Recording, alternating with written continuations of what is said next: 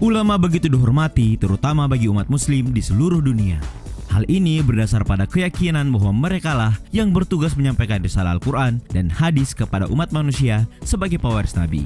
Tapi tahukah kalian, tercatat dalam sejarah beberapa ulama Indonesia yang memiliki andil perkembangan Islam. Bahkan beberapa di antara mereka telah mendunia. Siapa saja mereka? Berikut ini ulasannya. Tapi sebelum lanjut, kami ingatkan kembali untuk subscribe channel ini dan aktifkan lonceng notifikasi kamu untuk mendapatkan video edukatif. Syekh Ahmad Khatib Al-Minangkabawi rahimahullah. Betapa mengagumkannya melihat imam besar Masjidil Haram di Mekah sana. Tapi pernahkah kalian membayangkan jika imam besar di tanah suci tersebut berasal dari Indonesia?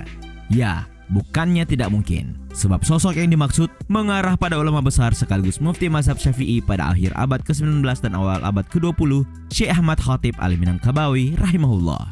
Tidak hanya menjadi imam sekaligus khatib non-Arab pertama, pencapaian besar lainnya yang berhasil diraih oleh ulama kelahiran Sumatera Barat ini dapat dilihat dari keberhasilannya menjadi guru para ulama Indonesia di Mekah serta dipercayakan menjadi staf pengajar di Masjid Al-Haram.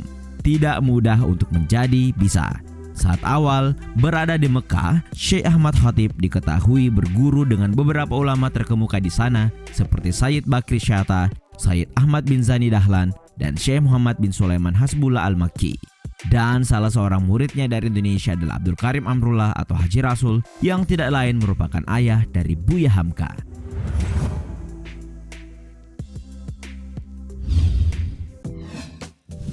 Syekh Nawawi Al-Bantani.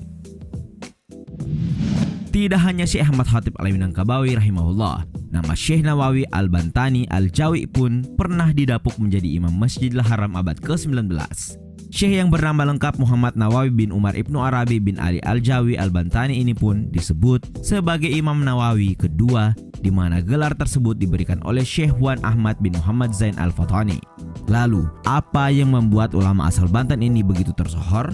Ulama yang satu ini dikenal sangat intelek dan produktif. Terbukti dari dihasilkannya tidak kurang dari 115 kitab yang berhasil ia tulis.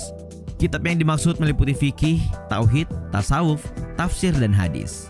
Saat mengajar di Mekah pun, ia memiliki 200 lebih santri. Nah, saat ini makamnya terletak di pekuburan Ma'la di Mekah.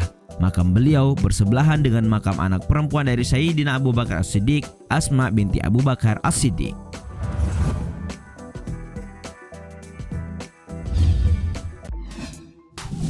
Syekh Muhammad Arsyad Al-Banjari.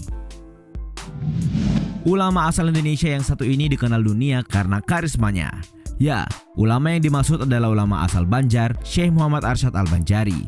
Tidak hanya di Indonesia, ulama yang menghabiskan 35 tahun untuk menuntut ilmu di Mekah dan Madinah ini juga dikenal di beberapa negara seperti Turki, Arab Saudi, Filipina, Mesir, dan India.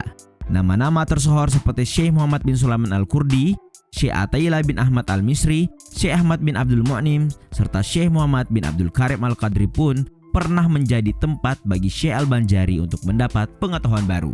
Meski lama berada di luar negeri, pada akhirnya ulama kelahiran 15 Safar 1122 ini kembali ke tanah air dan mengabdikan diri untuk membuka berbagai pusat kajian Islam untuk masyarakat. Nah, selain menjadi seorang pengajar, Syekh Al-Banjari juga menulis berbagai buku keilmuan, di mana satu di antaranya adalah kitab Sabilal Muhtadin yang berisi ilmu fikih.